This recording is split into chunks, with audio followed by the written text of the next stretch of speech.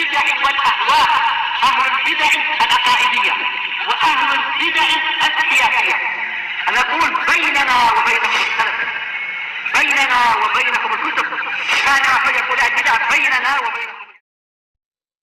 Bismillahirrahmanirrahim. Alhamdulillahirabbil alamin. Wassalatu wassalamu ala rasulihil amin. Wa ala alihi wa ashabihi wa man tabi'ahum bi ihsanin ila yaumiddin. Amma ba'd.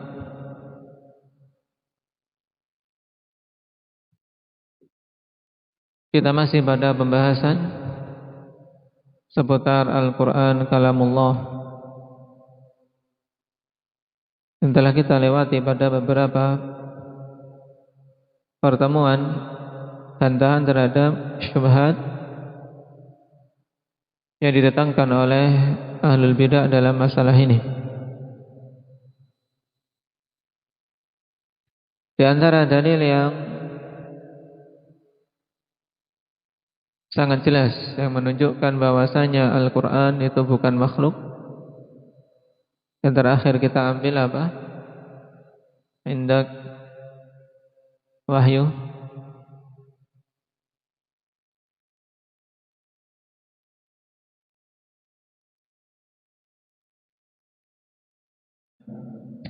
Dalam hadis tersebut jelas, a'udzu bikalimatillahi tammat min syarri ma khalaq. Atau yang lainnya, a'udzu bikalimatillahi tammat allati la yujawizuhunna barrun wala fajir. Nah, ini menunjukkan bahwasanya kalamullah bukan makhluk, sebab seandainya makhluk tentunya Nabi tidak akan meminta perlindungan kepadanya atau meminta perlindungan dengannya. Ketika Nabi minta perlindungan dengan kalimah-kalimah Allah, menunjukkan bahwasanya kalamullah itu bukan makhluk. Ya, pahami ini. Qala al-Imam Ibn Abil Izz rahimahullah, wa katsirun min mutaakhiril Hanafiyyah ala annahu ma'nan wahid wa ta'addudu wa takatsuru wa tajazzu wa taba'ud hasilun fid dalalat la fil madlul. Naam, perhatikan, kebanyakan dari kalangan mutaakhirin madhab Hanafiyah menyatakan bahwasanya kalamullah itu maknan wahid, yaitu maknanya satu. Baik. Jadi kalamullah itu semuanya maknanya satu. Dan ini pendapat siapa? Maturidiyah. Sedangkan ta'addud wa takatsur wa tajazzu wa taba'ud itu terjadi pada dalalat, bukan pada madlul. Jadi ta'addud, ikhwan, yaitu jumlah yang berbilang tersebut, kemudian kalam yang banyak, kemudian kalam yang terbagi-bagi, itu terjadi pada dalalatnya, bukan pada madlul. Ini menurut mereka, karangan Hanafiyah. Lah, apa bedanya antara dalalat dan madlul? Ya, dimaksud dengan dalalat hiyal alfaz wal ibarat allati nahnu naqra'uha wa nasma'uha minal qurra. Ini dalalat dalam istilah mereka, yaitu lafaz-lafaz dan ibarat-ibarat yang kita membacanya dan kita mendengarnya dari para qurra. Nah, inilah yang di sisi mutaakhirin Hanafiyah bisa terbagi-bagi. Kenapa? Karena menurut mereka ini adalah makhluk. Paham? Yang dibaca itu dan yang didengar itu adalah makhluk. Wa ammal madlul, adapun madlul huwal kalamun nafsi, yaitu madlul itu yang ditunjukkan oleh dalalat tadi, yang ditunjukkan oleh lafaz-lafaz tadi, itu madlulnya. Nah, adapun madlul alladhi huwal kalamun nafsi al-qa'imu bidzatillahi ta'ala al-khali minal harfi wa saut fahuwa la yatajazza'u abadan. Adapun madlul yang ditunjukkan oleh lafaz tadi, oleh dalalat tersebut, itu kalam nafsi yang ada pada zat Allah, yang kosong dari huruf dan suara. Ini gimana? Maka yang ini yang tidak terbagi-bagi menurut Maturidiyah. Intinya dalalat itu lafaz nam dan ibarat-ibarat yang didengar dari qari dan dibaca oleh qari. Paham? Sedangkan madlul itulah apa? Kalam nafsi. Kalam nafsi yang ada pada zat Allah, yang ini tidak terbagi-bagi menurut mereka. Sehingga qari kalau membaca dengan bahasa Arab maka itulah Quran. Kalau membaca dengan bahasa Syrianiyah maka itu Injil. Kalau membaca dengan bahasa Ibraniyah maka itu Taurat. Nah, demikian. Semuanya maknanya satu, tapi apa? Diungkapkan dengan bahasa yang berbeda-beda, sehingga apa? Berbeda-beda namanya. Ada Quran, ada Taurat, ada Injil. Paham? Jadi dalalatnya yaitu tadi Al-Quran yang ada di kita, kemudian Taurat yang ada di orang-orang Yahudi. Itu dalalatnya, lafaz-lafaznya itu makhluk menurut mereka. Paham? Adapun madlulnya yang ditunjukkan oleh itu bahwasanya itu kalam nafsi yang ada pada Allah, yang satu saja yang tidak terbagi-bagi, itu menurut mereka itulah yang bukan makhluk. Nah, paham ini bedanya dalalat dan madlul. Qala wa hadhihi al-ibaratu makhluqatun wa summiyat kalamullah lidalalatiha alaihi wa ta'addihi biha.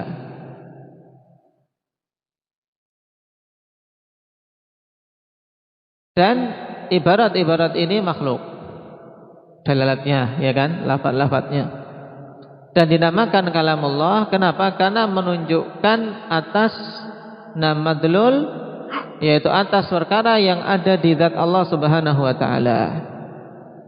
Nah, sehingga menurut mereka dinamakan kalam itu majaz, bukan hakiki. Taib, kalamullah dinamakan itu sebagai majaz saja, bukan hakiki menurut mereka.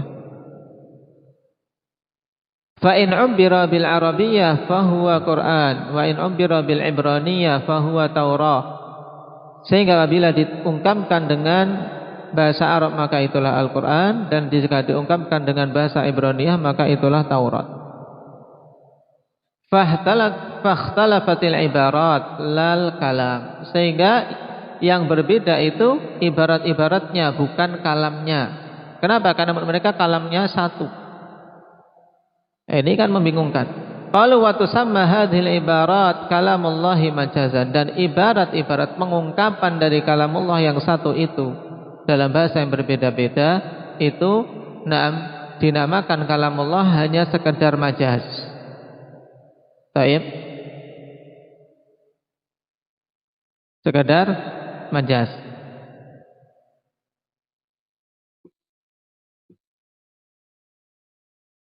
Maka dikatakan oleh beliau wa hadzal kalamu fasid. Ya, perkataan ini perkataan yang rusak. Batil. Yang menyatakan demikian. Fa inna lazimahu anna makna qawlihi wa la taqrabuz zina huwa makna qawlihi wa aqimus shalah. Sebab kelaziman dari perkataan mereka berarti makna firman Allah wa la taqrabuz zina, jangan mendekati zina, itu semakna dengan wa aqimus shalah, tegakkanlah shalah. Cuman pengungkapannya saja yang berbeda, paham? Ini tentunya batil. Wa makna ayatil kursi huwa makna ayatid dain. Sehingga sama juga makna ayat kursi, ya, itu adalah makna ayat dain. Sehingga rusak kalau seperti ini jadinya. Wa makna suratil ikhlas huwa makna tabbat yada Abi Lahab. Dan makna surat al-ikhlas itu adalah makna tabbat yada Abi Lahab. Ini fasid jelas seperti ini. Wa kullama ta'ammala al-insanu hadzal qawla tabayyana lahu fasaduh. Sehingga setiap kali seseorang memperhatikan pendapat ini maka akan semakin jelas kerusakannya. Nah, Taib wa ulima annahu mukhalifun li kalamis salaf, dan diketahui bahwasanya itu menyelisih kalam salaf. Wal haqqu anna Taurata wal Injila waz Zabura wal Qur'ana min kalamillahi haqiqatan, dan yang hak bahwasanya Taurat, Injil, Zabur dan Al-Qur'an itu adalah termasuk kalamullah secara hakiki. Allah yang mengatakan secara hakiki. Wa kalamullahi ta'ala la yatanaha, dan kalamullah itu tidak punya tidak punya akhirnya, yaitu tidak akan habis. Fa innahu lam yazal yatakallamu bima syaa idza syaa kaifa syaa wa la yazalu kadzalik. Sebab sesungguhnya Allah Subhanahu wa taala lam yazal ai azalan, yaitu senantiasa berbicara dengan apa saja dia kehendaki. Jadi lam yazal untuk mensifati nam yang azali, ya kawan. Semenjak azali Allah berbicara. Idza syaa kaifa syaa, bila Allah berkehendak dan nam dengan bagaimananya sesuai dengan kehendak Allah. Wala yazalu kadzalik, makna wala yazalu ai nam mustaqbalan abadan. Dan terus menerus. Ini bedakan lam yazal dengan la yazal. Kalau lam yazal untuk sesuatu yang madhi, yaitu azali, sedangkan la yazalu untuk sesuatu yang abadi. Abadi untuk zaman yang tidak berakhir ke mustaqbal, sedangkan azali zaman yang tidak ada permulaannya. Qala ta'ala qul law kana al-bahru midadan li kalimati rabbi lanafidal bahru qabla an tanfada kalimatu rabbi walau ji'na bimithlihi madada.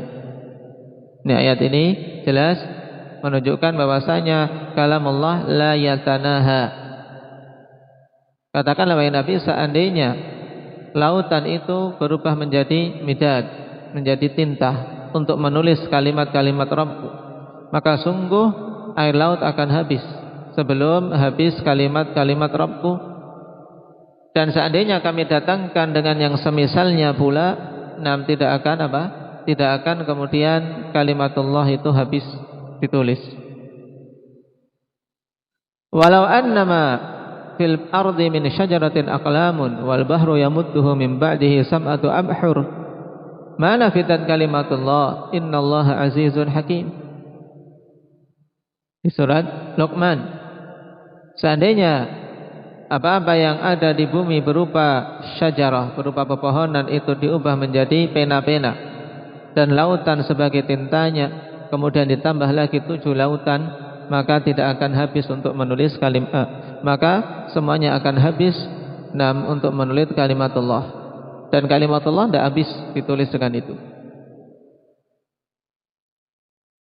Jadi tintanya yang kehabisan, kurang. Innallaha azizun hakim, sesungguhnya Allah Subhanahu wa taala azizun hakim.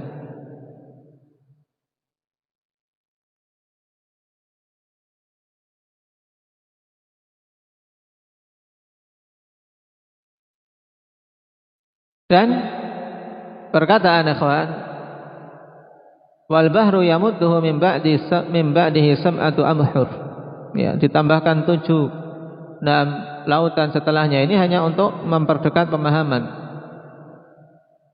Baik, karena seandainya pun ditambah dengan 1000 ya, atau 100.000 atau 1 juta kali lagi lautan, juga tidak akan habis kalimatullah ditulis.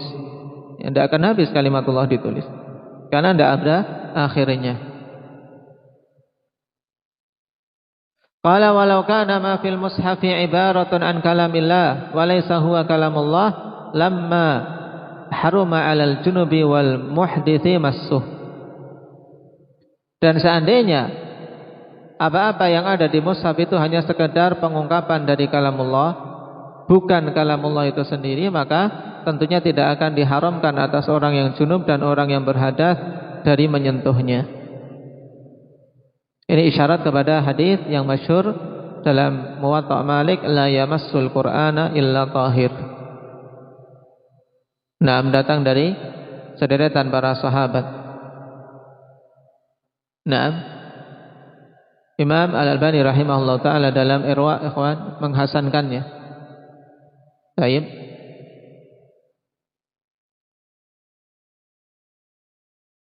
Demikian pula dulu Syekhuna Muhammad bin Hizam dalam darus beliau menyatakan hadis sahih. Dan Ibnu Abdul Bar rahimahullah ta'ala menukilkan bahwasanya hadis ini talaqqaunahu bil qabul, yaitu diterima oleh para a'immah.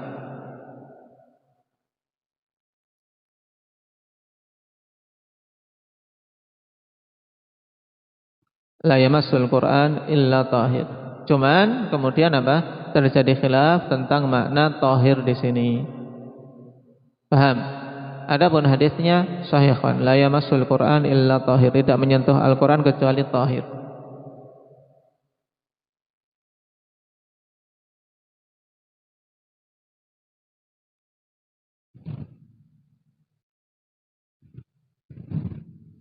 Oleh karena itulah tentunya diusahakan untuk apa? Tidak menyentuh Quran kecuali dalam keadaan taharah.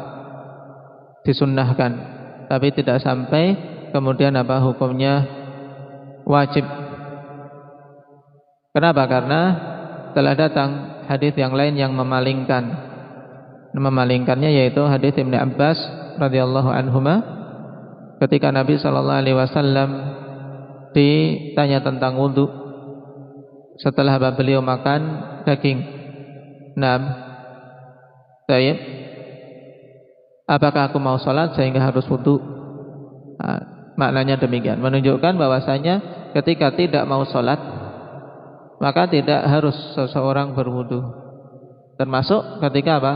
Mau menyentuh mushaf tidak diwajibkan berwudu. Ini pendapat yang rajih dalam masalah. Tapi tentunya diutamakan untuk berwudu. Walau kana ma yaqra'ul qari'u laisa kalam Allah lamma haruma 'alal junubi wal muhdithi qira'atah. Dan seandainya apa yang dibaca oleh qari itu bukan kalam Allah, tentunya tidak diharamkan atas orang yang junub dan orang yang berhadas membacanya.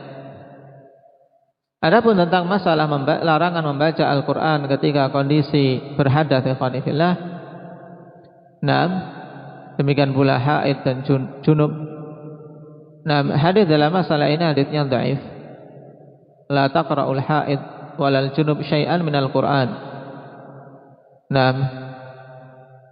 Hadis yang datang dalam masalah ini dhaif, sehingga yang rajih bolehnya. Bedakan membaca dengan menyentuh, ikhwan. Menunjukkan apa? Membaca di sini yaitu membaca dari hafalan.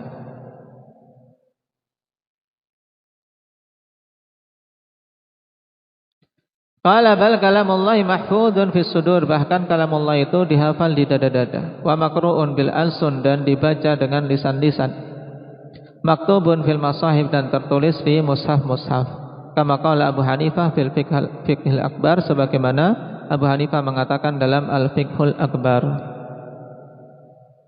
Wa huwa fi hadhil mawadhi' kulliha haqiqatun, dan Al-Qur'an pada semua tempat-tempat ini, baik itu yang dihafal di dada, yang dibaca di lisan, yang ditulis di mushaf, ini semuanya adalah kalamullah secara hakiki. Baik. Wa idza qil, dan apabila dikatakan fihi khattu fulanin wa kitabatuh, ya padanya ada khatnya si fulan dan ada tulisan si fulan. Terus bagaimana? Fuhima minhu ma'nan sahihun, ya, hakiki. Baik. Fuhima minhu makna sahihin hakikiyin, ya, dipahami darinya makna yang sahih, yang hakiki. Wa idza qila fihi midadu, fihi madadun, atau fihi midadun qad kutiba bih, ya, padanya tinta yang Al-Quran itu telah ditulis dengannya. Fuhima minhu makna sahihin hakiki, maka juga dipahami darinya makna yang sahih, yang hakiki. Wa idza qila al-midadu fil mushaf, apabila dikatakan tinta itu pada mushaf, kanatid dzarfiyah fihi غير الظرفية المفهومة من قول القائل فيه السماوات والأرض وفيه محمد وعيسى ونحو ذلك. طيب. وهذان المعنيان مغايران لمعنى قول القائل فيه خط فلان الكاتب. نعم. وهذه المعاني الثلاثة مغايرة لمعنى قول القائل فيه كلام الله. ومن لم يتنبه للفروق بين هذه المعاني ضل ولم يهتدي للصواب. Dan siapa saja yang tidak memperhatikan perbedaan-perbedaan antara makna-makna ini, maka dia akan sesat dan tidak akan mendapatkan petunjuk kepada kebenaran. Baik.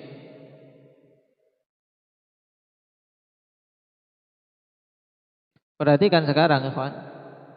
Ketika dikatakan apa pada Al-Qur'an itu ada khatnya si fulan, pada mushaf. Pada mushaf ada khatnya si fulan, iya. Karena khatnya, tintanya itu makhluk, tapi yang ditulis apa?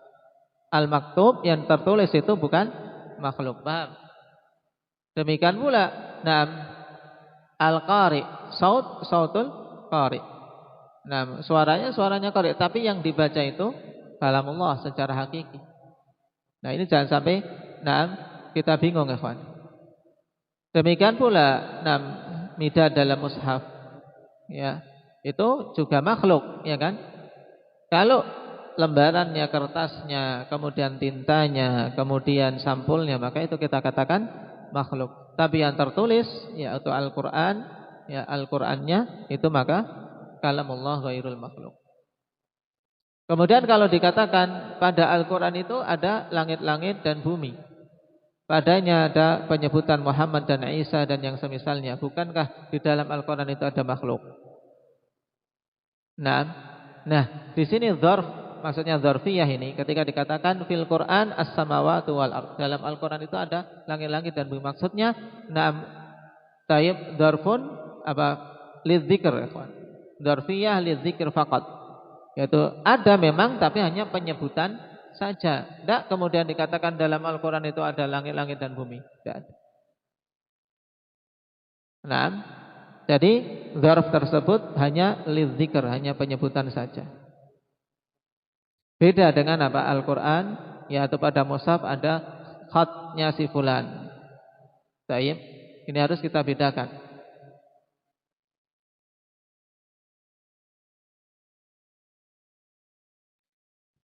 Ketika dikatakan fil mushaf khat fulan wa kitabatu fulan, ini dzarfiyah yang jelas, ya kawan. Memang itu untuk apa?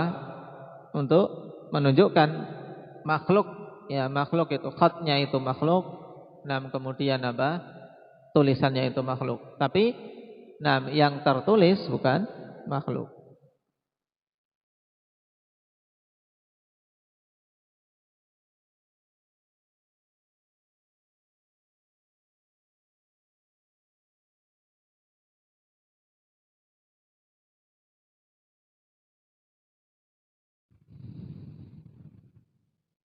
Baik. Adapun berikutnya wa kadzzalikal farqu bainal qiraah. Insyaallah kita ambil pada pertemuan berikutnya.